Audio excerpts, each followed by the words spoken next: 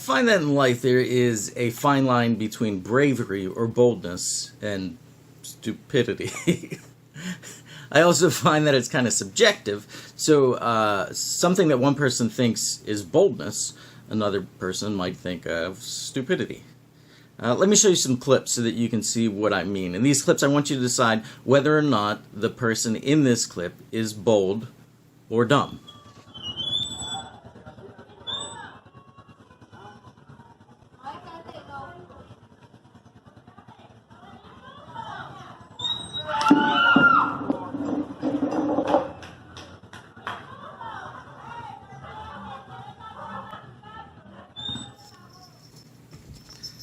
Well, you tell me, is it bold to steal something like a manhole cover in broad daylight? I don't know, but he was definitely dumb, wasn't he? See, that's not quite as easy as you might think to classify. Here's another one.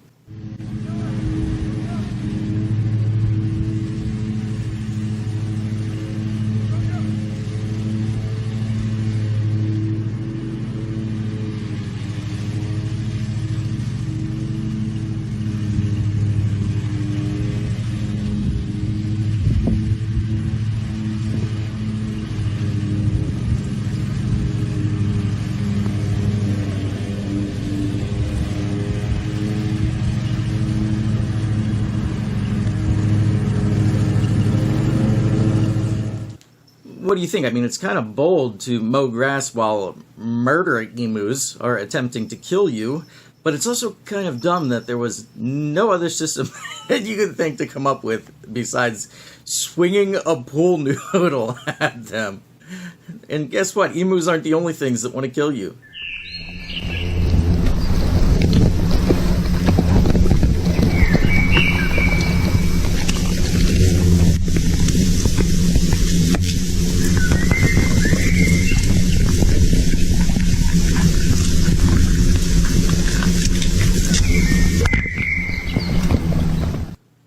Yeah, wow. Is this bold or dumb? I'm gonna go with bold on this one. Clearly he's trying to stop murder hornets from murdering whoever's property these are on. How about this one?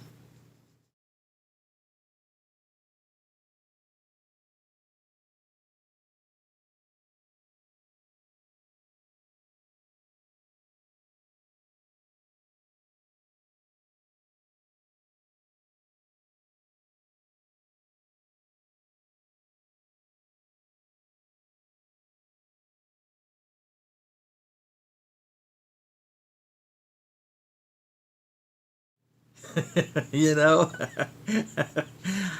I would do that. I would, but that doesn't stop me from declaring it to be dumb, in my opinion. Here's the easiest one. Bold or dumb?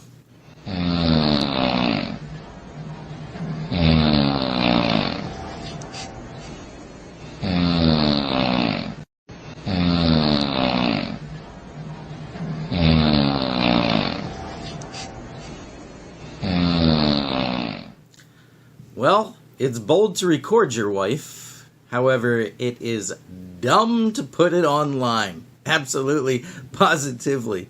I know a woman who is going to be buying some murder emus very soon and asking her husband to mow the grass. Why all this talk about bold or dumb? Well, it's because today I want to talk to you about 3 guys that some people thought were bold and other people thought were dumb. These 3 guys, their story is recorded in the book of Daniel. And the book of Daniel was written by Daniel himself during a period of time known as the Babylonian captivity. And there's going to be a quiz on this after the video is done, so you might want to pay attention. In 605 BC, God allowed Babylon to invade Israel and capture them because Israel had turned away from him. So Babylon defeats Israel, and then Babylon's king, Nebuchadnezzar, orders some of the young men who were nobles in Israel to be brought to Babylon to be put to work for them. He was looking for young, smart, handsome men who were quick learners. Good luck finding those. Yeah, it's a pretty rare combination, I think. Now, if he was looking for middle-aged, past their prime, C-average sort of guys, he would have been overwhelmed by the number of candidates. And we're pretty sure that they found more than this, but we are specifically told about 4 of them: Daniel, Hananiah, Mishael, and Azariah. Now, these young are basically taken to Babylon and then put through prep school in order to get them ready to serve the king. And they are given Babylonian names. They are changed to Belshazzar, Shadrach, Meshach, and Abednego. You got all that? Do you? You're not dozing already, are you? I think sometimes when I start preaching and then start giving the tiniest of history lessons within the sermon, in your mind, my voice switches over to this.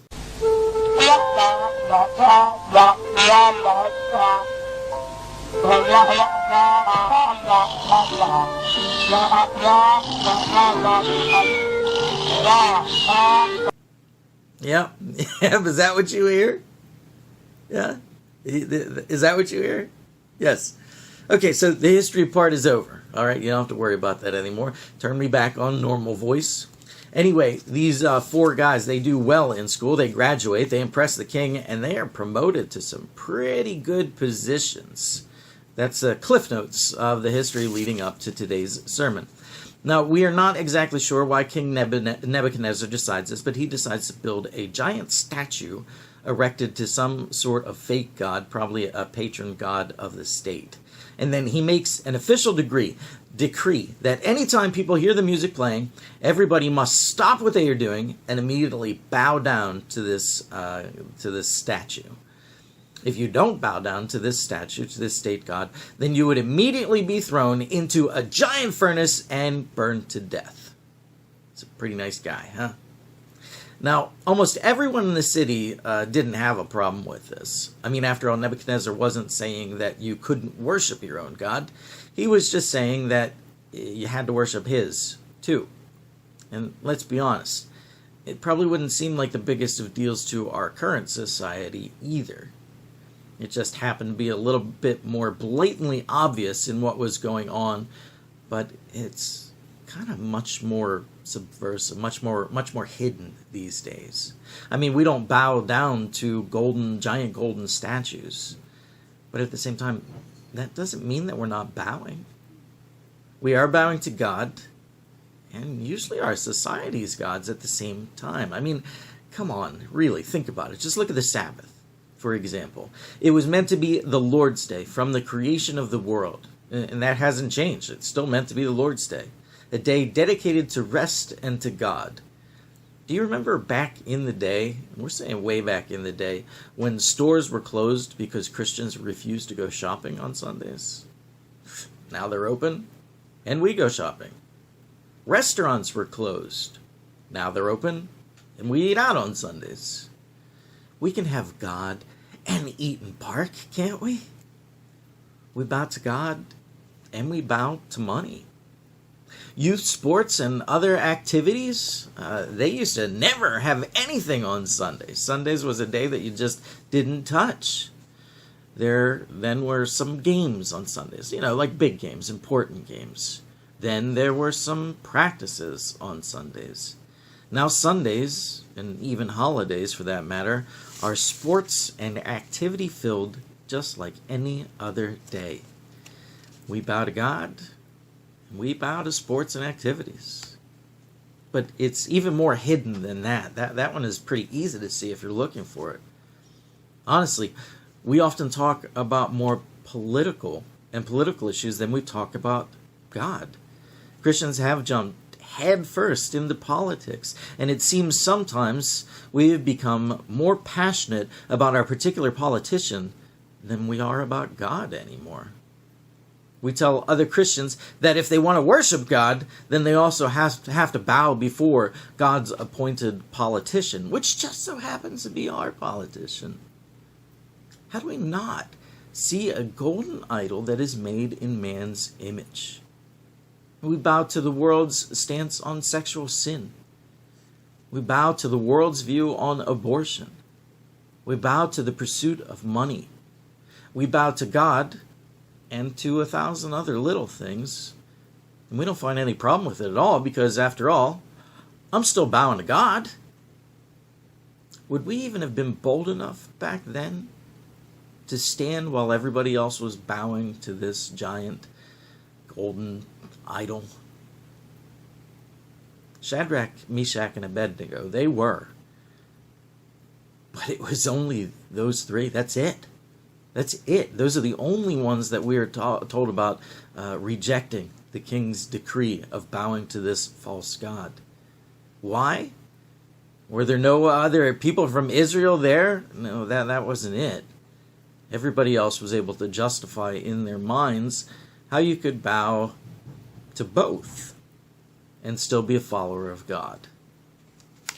Anyone who refuses to obey will immediately be thrown into a blazing furnace. Then we stand together? Yes.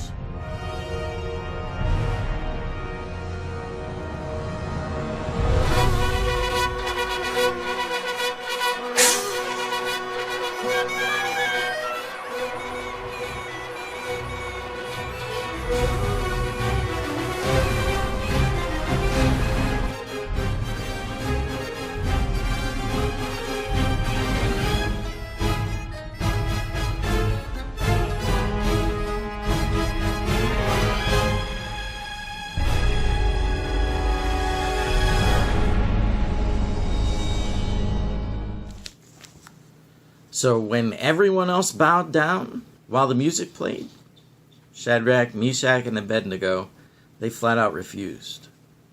And that's a hard thing to do. To do something that you know is going to make everyone else around you stare at you. To become the center of attention, standing in the spotlight. That takes boldness. It really does. You see, boldness always requires risk. Because if there's nothing to risk, then there's really no need for boldness. And what was Shadrach, Meshach, and Abednego willing to risk? Well, first and foremost, the obvious risk would be their lives. I mean, the king wasn't joking around when he said that he was going to toss you into a fiery furnace if you didn't bow down. I mean, he was pretty explicit about what would take place. And if even by some kind of miracle the king rescinded, they were still risking more than just their lives. I mean, you may not know this or not, but these guys had kind of made a name for themselves in Babylon. They had some pretty prestigious jobs that came with some good benefits. And they were risking their reputations. They were risking their work. They were risking their finances. I mean, from this day, they were going to be known as religious fanatics by everybody else around. They were risking their freedom. If the king doesn't kill them, then he might just lock them up forever to set them as an example. They were risking their money. When you get tossed into prison for life, you lose all your possessions. You don't get to keep that stuff. And they were risking it all for what? To tell everyone that God came first in their lives? Was that really worth it? Worth that high of a risk? You know, would you have the boldness to do it? Would they have the boldness to do it? I mean, do you have the boldness? Do you have boldness for God? You see, boldness is a willingness to risk it all and stand firm in your faith. What would boldness look like today in Christian society? Because we don't have any giant statues to make it very obvious what we're bowing down to. I think boldness would look exactly today like it did in the past. A bold Christian would be one who refused to kneel to the golden idols everybody else was kneeling to. What does that mean? Well, it means that a bold Christian refused to take part in a secular event that meant they threw away their Sabbath. A bold Christian would refuse to sacrifice their morals to watch an immoral show that everybody else is bowing to.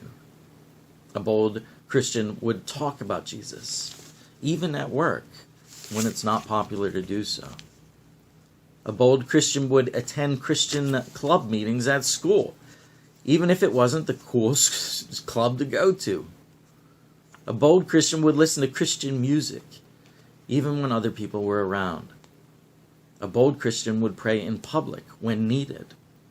A bold Christian would live a life that was different from everyone else, even if it meant that everybody else was going to look at them. A bold Christian would stand against subjects that were taboo in society to be against. A bold Christian would never kneel to a political party or a politician. A bold Christian would risk their reputation to spread God's message. A bold Christian is a hard Christian to come by these days because we're not standing up. We're kneeling down and blending in with everyone around us. But a bold Christian would stand out no matter what. Shadrach, Meshach, and Abednego were bold Christians. How do we know that? Well, the king found out that they weren't bending down, and he had them brought before him, and he said, hey, listen, you get one last chance to do what is right. You guys know that I like you guys, but you know what's going to happen. I told you what was going to happen, so you have one last chance to kneel down like everybody else. And they said, no, we're not going to kneel before anything except for God.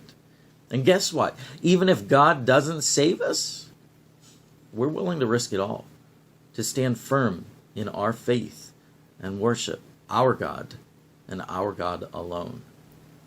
Well, the king doesn't like that. Not one little bit. I mean, this direct defiance in his face. He's had enough of that. So he actually has them fire up the furnace 7 times hotter than usual. And he orders some strong guys to throw them into the fire. I have given you every chance, but your time has run out. Cast them into the furnace!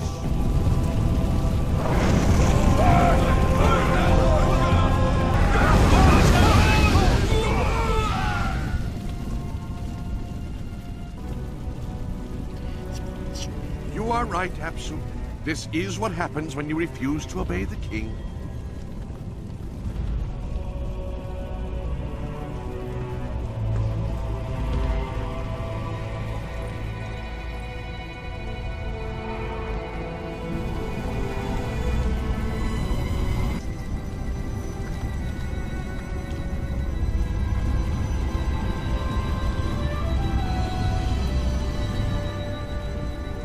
Did we not cast 3 men bound into the midst of the fire? Look, I see 4 men, unbound, walking around in the fire unharmed. And the 4th looks like a god. Servants of the Most High God, come out and come here!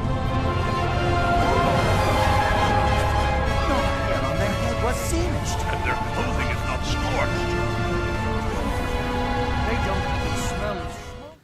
So they tie them up and they toss them in a furnace. The furnace is so hot that the people who are throwing them in actually die from the heat. That'd be an awful job to have. But when the king looks into the furnace, instead of seeing 3 guys burned up in a heap on the floor, he sees 4 guys walking around. And the 4th guy is brilliant and shining. So the king calls them out of the fire. And their clothes aren't burned. They don't even smell like smoke. And the king is so amazed by the true power of God that he orders no one to ever talk bad about their God, the true God. And he promotes these 3 guys. You know, this story, it has a happy storybook ending. But that's not the point. I don't want you to miss the point of it. The point isn't to live here thinking that God will make sure you don't lose anything that you risk. That's not the point. No. Boldness is only true if it comes from the very real possibility that you may suffer for your faith. I don't want you to be bold thinking that nothing bad will ever happen to you, that there will be no repercussions for your boldness. I want you to be bold by being willing to accept that those bad repercussions are worth it, are worth your faith. Skip a Sunday practice, and you may not start in the next game. Are you bold enough? Talk about Jesus too much, and you may lose friends who disagree. Are you bold enough? Bring Jesus up at work, and you may get reprimanded. Are you bold enough? Go to a Christian school club, and it might knock you down a notch in your social status. Are you bold enough? Take a stronger stance on TV or music, and you might miss something popular everybody else is talking about. Are you bold enough? Stand up for God's morals, and you may be labeled a bigot, self-righteous, non-loving, or 1,000 other not-so-nice pressure-filled titles. Are you bold enough? Choose God over politics, and you may even be ridiculed by other Christians. Are you bold enough? Shadrach, Meshach, and Abednego were great examples, not because they won. They were great examples because they knew that God was worth losing for. So the question of the day is, are you bold enough to lose? Thanks for watching. Thanks for listening. Hope to see you soon. God bless.